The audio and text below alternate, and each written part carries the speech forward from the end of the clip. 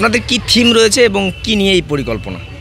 এবারে বাণীতীর্থ ক্লাবের ৭৫তম পুজোতে থিম হচ্ছে উঠতে মোদের মানা, যেখানে আমরা পাখিকে দেখিয়েছি যে 5G টাওয়ারের উপর পাখি বসে আছে, তার শৃঙ্খলাবদ্ধ পা। এবার এখানে দুটো জিনিস বোঝাচ্ছে, এক, বিজ্ঞান যত এগোচ্ছে তত কিন্তু প্রাণনাশ হচ্ছে।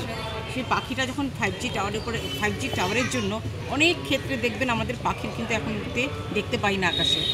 এক, 2 নম্বর হচ্ছে পাখিকে আকাশে আমরা উঠতে দিই না, কারণ পাখিও কমে গেছে, তাকে আমরা খাঁচায় বন্দি করে রাখি, তাকে আমরা বেচে ফেলি, তাকে নিয়ে আমরা ব্যবসা করি, এই একটা ব্যাপার। কিন্তু পাখির কিন্তু আকাশেই উড়বার কথা।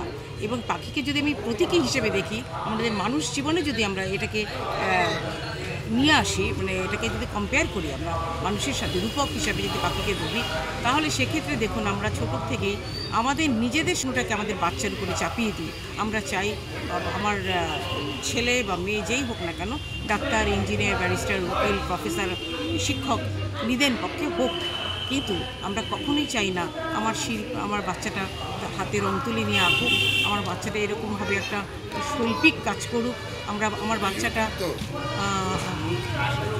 বাচ্চাটা সিঙ্গার হোক, ডান্সার হোক, কখনো চাই না। কিন্তু সেই স্বপ্নটাকে কিন্তু এবার দেখতে দিতে হবে। আমাদের শিল্পী অমল পাজা তার এই শৈল্পিক নিপুণ কাজ দিয়ে এটাই বোঝাতে চেয়েছেন যে পাখি যেরকম ডানা ঝাপটে মরে যায়, সেরকম আমাদের বাচ্চাদের সামনের ভাবনাটাও কিন্তু এরকম ডানা ঝাপটেই মরে। কত টাকা বাজেট রয়েছে এবারের পুজোর আপনার?